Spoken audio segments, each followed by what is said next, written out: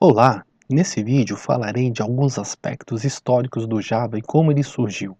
Ao final, teremos o nosso primeiro contato através de uma prática demonstração de uso com detalhamento da sua estrutura.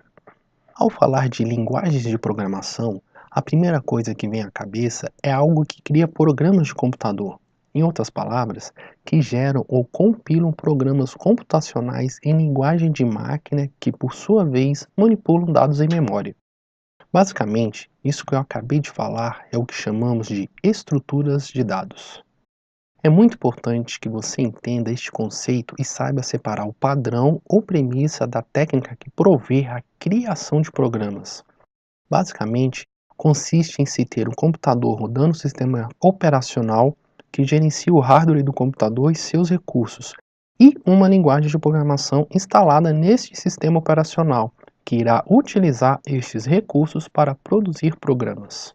Além disso, eu sempre defendi a tese que não adianta conhecer profundamente a estrutura de dados de uma linguagem de programação, seus recursos e propriedades, se você não sabe o porquê tais coisas foram feitas daquela forma, ou sequer por que estão ali. A tendência é você canalizar suas forças em pontos específicos, decorar um monte de termos, procedimentos de programação e se manter naquele mundinho até aqui. Ou você resolve estudar outra coisa ou se acomoda. Então, vamos iniciar este assunto com um breve pensamento para reflexão. Em linguagem de programação, tudo tem uma função ou um propósito pelo qual foi feito. Se está lá, é porque é necessário. Em algum momento foi implementado visando atender a uma necessidade específica, ou seja, mais cedo ou mais tarde você irá utilizar. Se você não precisou conhecer como funciona determinada particularidade até então, não lhe fará falta. Veja sempre a linguagem de programação como uma ferramenta para aplicar toda a estrutura de dados que você idealizou, seja em um projeto ou mesmo que simplesmente esteja definida em sua mente.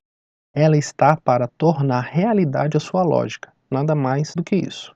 Em outras palavras, a sua capacidade de saber utilizar esta ferramenta e o nível de maturidade do seu trabalho serão os diferenciais na qualidade do seu produto final. Pois então, não podemos dizer que conhecemos bem uma linguagem sem saber a história dela, de como ela surgiu, não é verdade?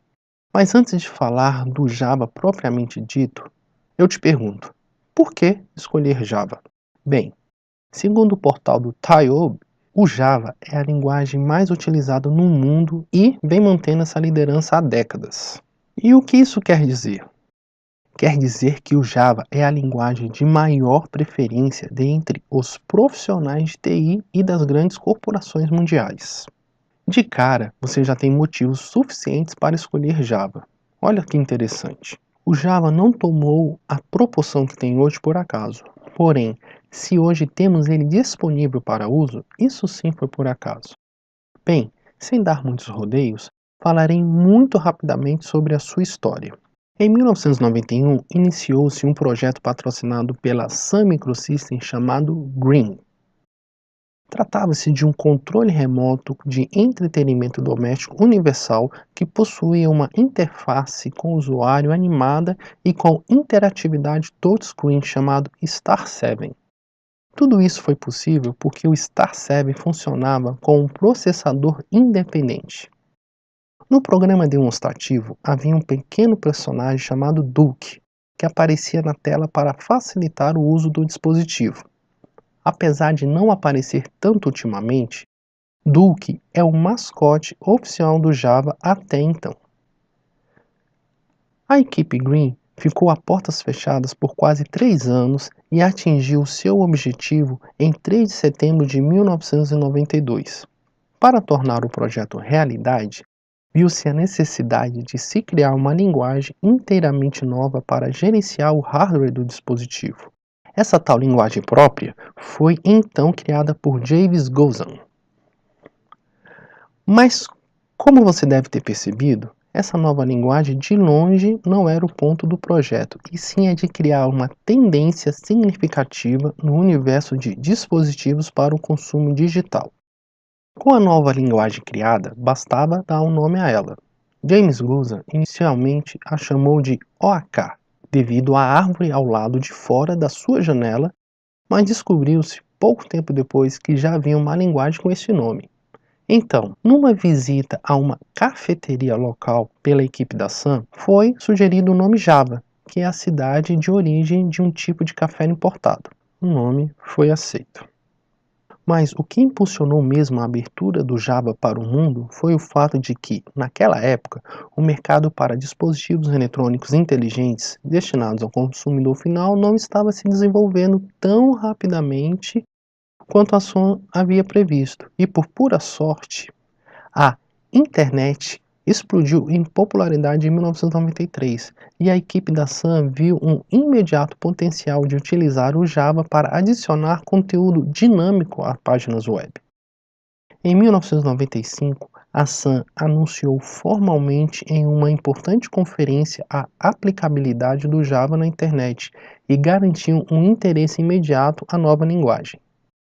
Na ocasião, a internet não contava com os recursos para desenvolvimento de páginas com conteúdo dinâmico que temos hoje. Isso era obtido na época com os applets.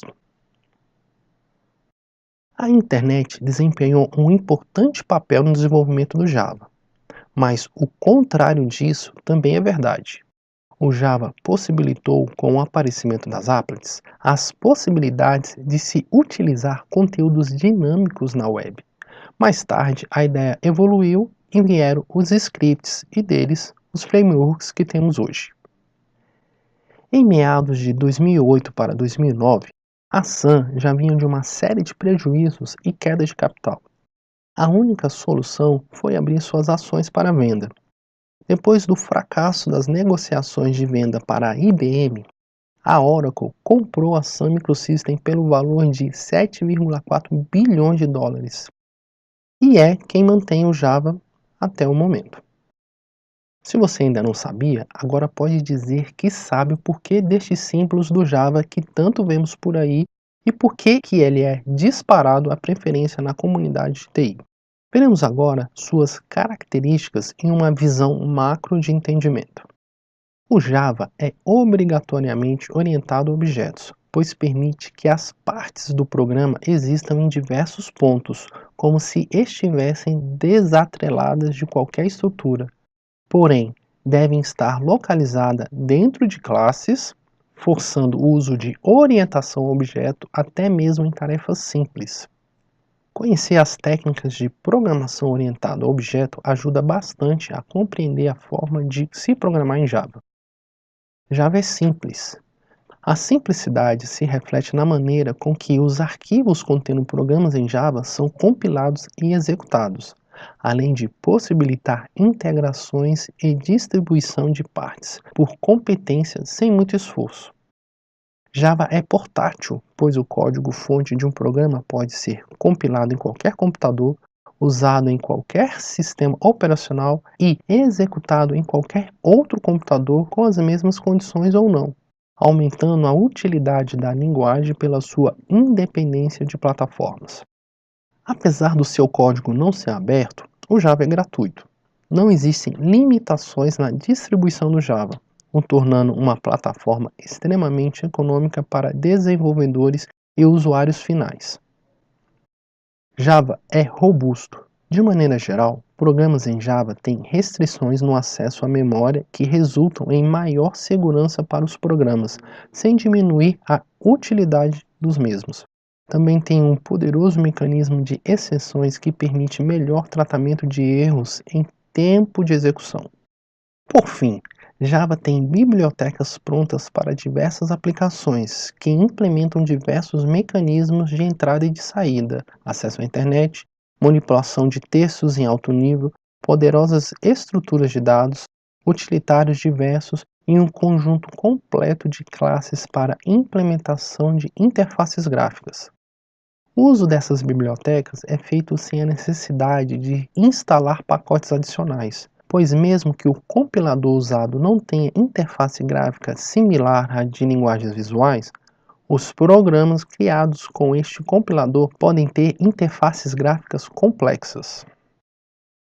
Entendendo melhor as características do Java, podemos ver então como é a estrutura do seu funcionamento. Veja bem, quando falamos de linguagem de programação, a primeira coisa que nos vem à cabeça são códigos escritos em uma linguagem lógica ou códigos-fontes, que serão posteriormente transformados em linguagem de máquina para execução em determinada plataforma, não é verdade?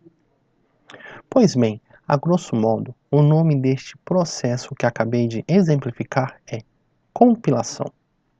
Em outras palavras, estamos falando em duas etapas distintas. Há uma separação entre o código-fonte e o código executável no processo de compilação, ou seja, para transformar o código-fonte em um arquivo executável, é preciso compilá-lo e quase sempre o próprio sistema operacional influencia no modo como os executáveis são criados. Isso não acontece com Java, porque ele não é compilado, e sim interpretado. Em outras palavras, o resultado da sua compilação não são executáveis, e sim os chamados bytecodes. Assim, o que é efetivamente executado são os bytecodes, e a única premissa para que isso ocorra é a de possuir o processador Java, que irá interpretar os compilados.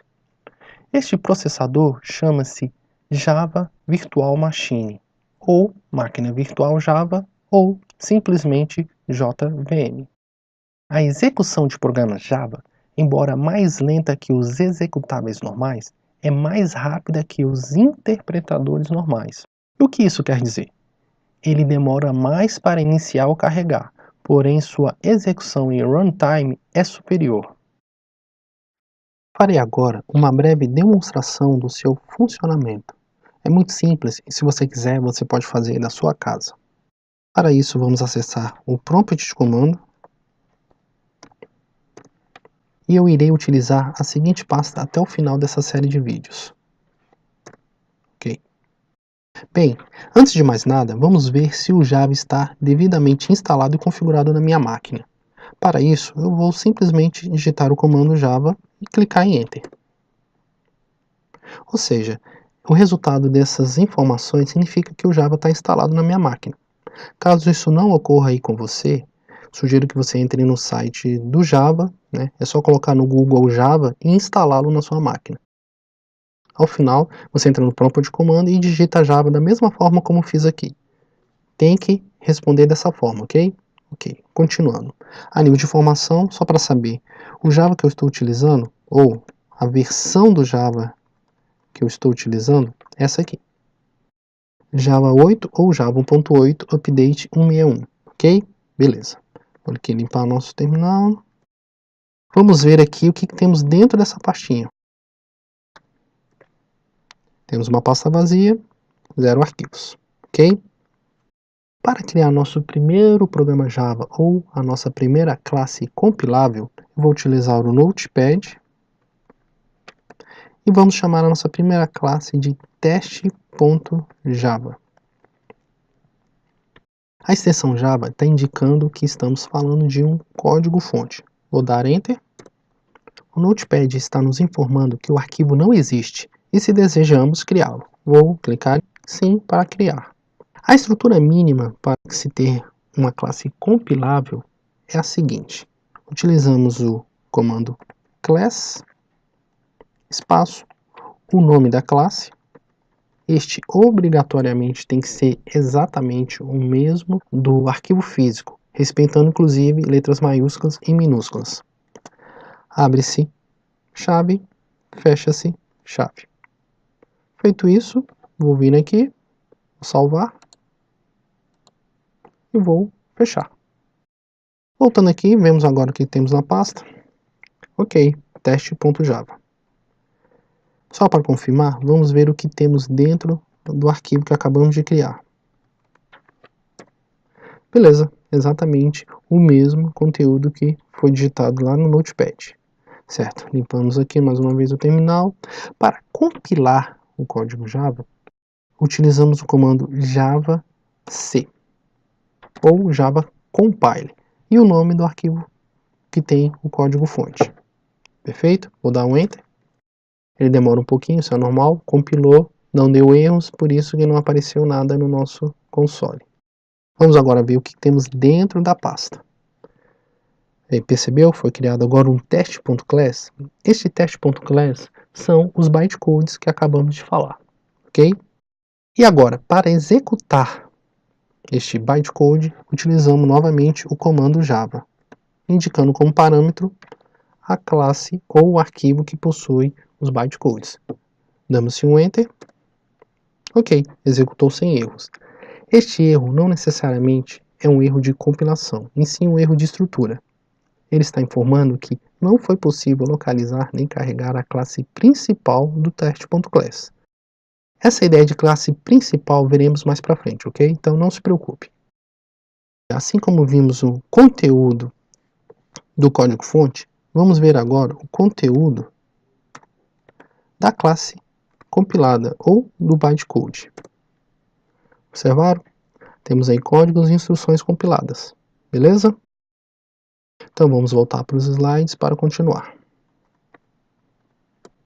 Agora vamos analisar o que acabamos de fazer. Criamos um código-fonte de nome teste.java com a estrutura mínima necessária para uma compilação sem erros.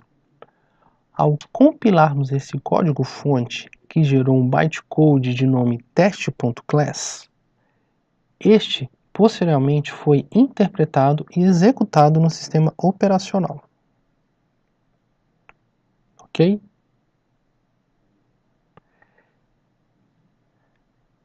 Essa forma de executar programas em Java é o que permite o seu ponto forte, a portabilidade independente de plataforma.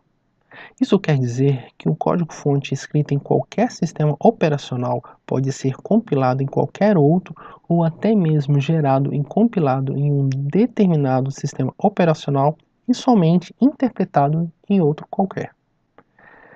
Bem, no próximo vídeo da série falarei dos paradigmas que definem a estrutura de dados do Java, como executar uma instrução com retorno e, principalmente, vou explicar por que o Java segue essa estrutura. Então, peço que curta o vídeo, assine meu canal para que você seja avisado de novos vídeos que irei disponibilizar em breve. Muito obrigado e até a próxima!